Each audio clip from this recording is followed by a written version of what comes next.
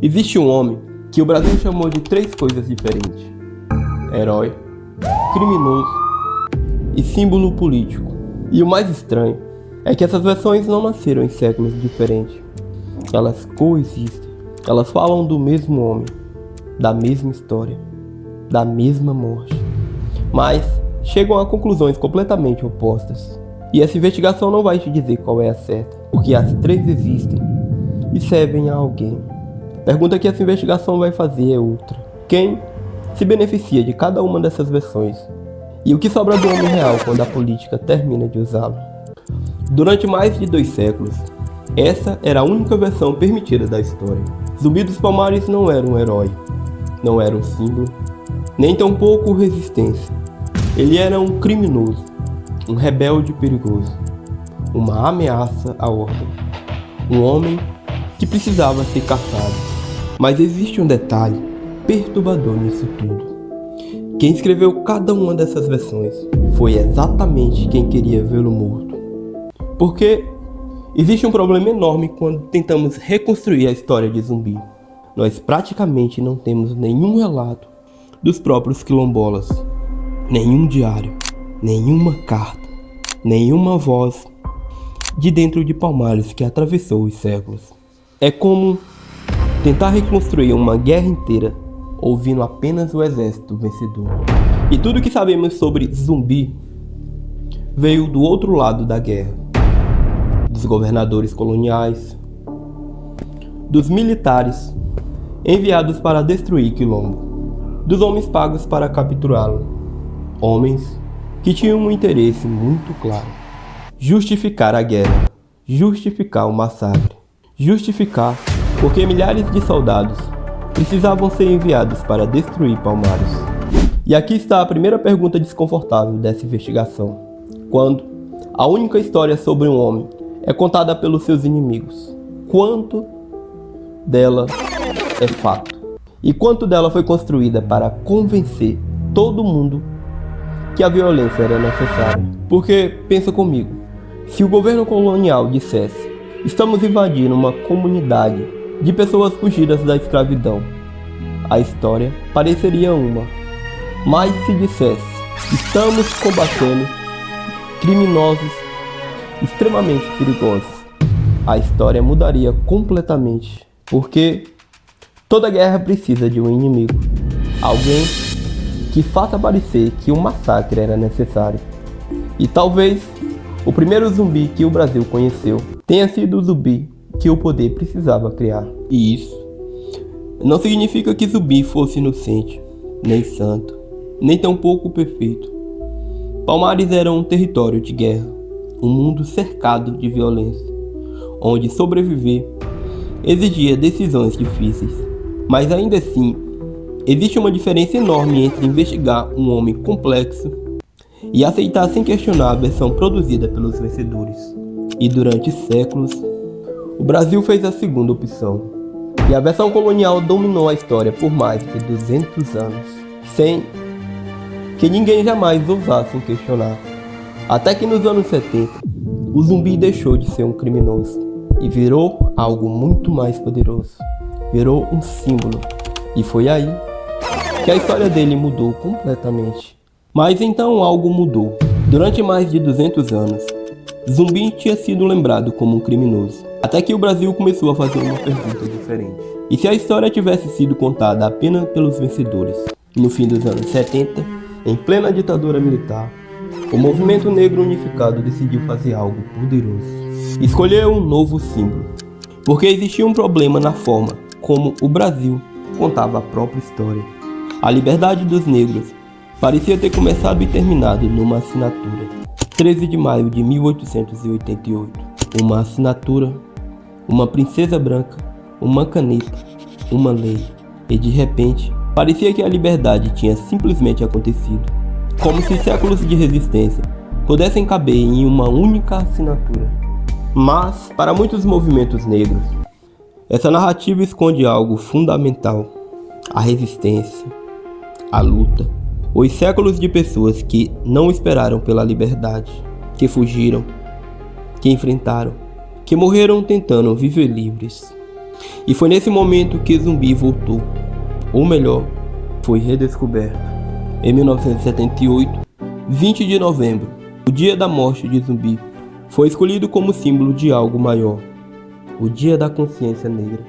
Não era apenas uma troca de data, era uma disputa narrativa, uma mensagem clara. A liberdade não tinha sido um presente, tinha sido uma conquista, com sangue, com fuga, com resistência. E dentro dessa nova história, Zumbi deixou de ser um criminoso e virou um herói. E é exatamente aqui que começa uma tensão que quase ninguém gosta de discutir, porque todo herói nacional passa pela mesma transformação. Ele cresce, fica maior, mais limpo, mais perfeito. E a história começa inevitavelmente a aparar as bordas, esconder as contradições, porque heróis perfeitos unem pessoas, homens complexos dividem opiniões. E no caso de Zumbi, essas contradições começaram a desaparecer da conversa. O conflito com Ganga Zumba, as divisões dentro de Palmares, as acusações, ainda debatidas por historiadores, sobre punições severas e possíveis formas de trabalho forçado dentro do quilombo. Temas difíceis, controversos e muitas vezes tratados com cuidado ou ignorados completamente. Não necessariamente porque fossem verdades absolutas, mas porque símbolos precisam ser fortes. E um símbolo cheio de ambiguidade perde o poder. Mas isso não significa que a resistência de Palmares tenha sido inventada. Ela foi real. As perseguições foi real. A violência colonial foi real. A luta pela liberdade foi real. E a pergunta aqui não é se Zumbi merecia virar um símbolo ou não. O que acontece quando o homem histórico vira algo maior do que ele mesmo? Quando ele deixa de ser uma pessoa e vira uma ideia. E ainda tem um detalhe que torna isso tudo ainda mais complicado. Porque Zumbi não ficou só nos livros. Ele entrou na política, virou lei, virou feriado, virou disputa nacional. E foi exatamente aqui que nasceu sua terceira versão. Mas a disputa por Zumbi não terminou nos anos 70. Na verdade, ela estava só começando. Porque quando o personagem histórico vira símbolo, a política inevitavelmente entra no jogo. E foi exatamente isso que aconteceu. Zumbi deixou de existir apenas nos livros e agora começava a entrar nas escolas, nas leis, nos discursos, nos palanques, no imaginário do país. Até que em 2003, a Lei 10.639 tornou obrigatório o ensino da história e da cultura afro-brasileira nas escolas. E 20 de novembro passou a ganhar ainda mais força. Em 2011, o Dia Nacional do Zumbi e da Consciência Negra foi oficializado. Depois, em 2003, a data virou um feriado nacional. Mas junto com o reconhecimento veio a disputa. Porque toda vez que o país escolhe um símbolo, ele também escolhe uma narrativa. E aqui nasce uma das divisões mais delicadas da história. O que representa melhor a libertação dos negros? O 13 de maio ou o 20 de novembro? De um lado, a assinatura da Lei Áurea, a Princesa Isabel, o fim oficial da escravidão, uma data vista por muitos como o encerramento legal de um dos capítulos mais brutais da história brasileira. Do outro, a morte de Zumbi, a resistência armada, a ideia de que a liberdade não foi simplesmente concedida, mas conquistada, com fuga, com luta, com enfrentamento. Duas datas, duas memórias, duas formas completamente diferentes de entender o passado. E aqui, talvez seja o ponto mais desconfortável dessa investigação. O passado quase nunca fica no passado. Toda geração volta até ele e reescreve perguntas, escolhe símbolos e transforma personagens históricos em respostas para conflitos do presente. Para alguns críticos, Zumbi é lembrado como um líder que também teria reproduzido práticas violentas dentro de Palmares. Um homem distante da imagem heróica construída nas últimas décadas. E para muitos movimentos negros, ele representa algo completamente diferente. Uma prova de que houve resistência organizada contra a escravidão. Um símbolo de coragem, de luta, de dignidade. E no meio dessas interpretações, ainda existe uma terceira força, o próprio Estado brasileiro, que transformou Zumbi em um herói nacional, presente em livros, escolas, monumentos, feriados nacionais. E talvez aqui esteja a parte mais perturbadora desse vídeo. Zumbi passou a significar muitas coisas, mas cada significado parece dizer menos sobre o homem que viveu no século XVII e mais sobre o Brasil que veio depois dele. O criminoso colonial, o herói da resistência, o símbolo político. 3 versões, 3 disputas. E talvez nenhuma delas consiga alcançar completamente o homem real que o Zumbi foi. Porque quando toda a política para de falar sobre uma pergunta difícil, quem era Zumbi sem os slogans, sem os decretos, sem as disputas ideológicas? Mas existe um momento em toda investigação em que é preciso tirar o barulho da sala, as versões, os slogans, as disputas, e voltar para a pergunta mais simples de todas: quem era o homem por trás do símbolo? Porque quando você remove o criminoso, remove o herói, remove o personagem político, o que sobra? Sobra um homem nascido dentro de um mundo brutal, um mundo onde a violência não era uma exceção, era uma regra. Zumbi provavelmente nasceu por volta de 1655, na Serra da Barriga, em Palmares, ou muito perto dele. Uma comunidade formada por pessoas que fugiram da escravidão, gente que abandonou os engenhos, que atravessou matas, que viveu sendo caçada. Agora tente imaginar esse lugar: mata fechada, o silêncio interrompido por pastos, vigilância constante, o medo de um ataque que podia acontecer a qualquer momento, homens armados entrando na mata, famílias fugidas, gente vivendo entre o medo e a esperança de um dia permanecer livre. E Zumbi cresceu dentro desse mundo, um mundo que ensinava uma lição simples: se Palmares caísse, a escravidão esperava do outro lado.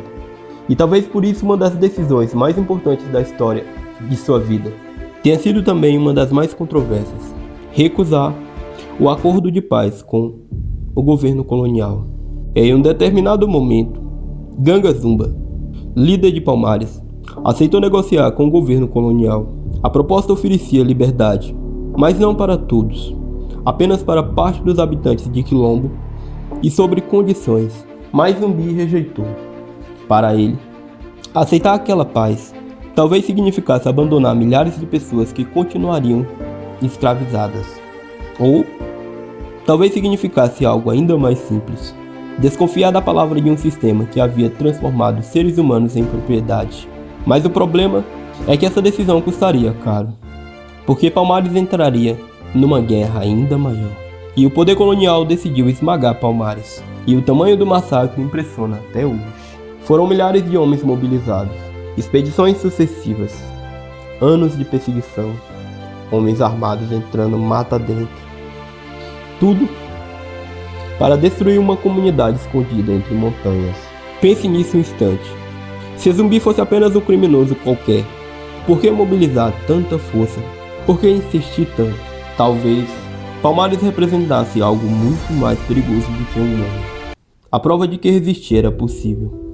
E ainda existe uma versão dessa história que nenhuma das partes gosta de contar, porque ela é humana demais, complexa demais e contraditória demais. Em 1695, depois de anos escapando, depois de resistir ao maior esforço militar colonial já direcionado contra Palmares, Zumbi caiu, não por falta de coragem, não por falta de luta, mas por algo muito mais comum na história: traição.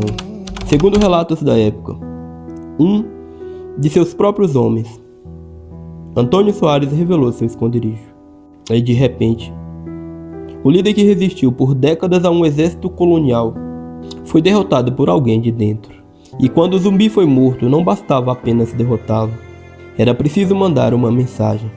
Sua cabeça foi cortada, salgada e exposta publicamente.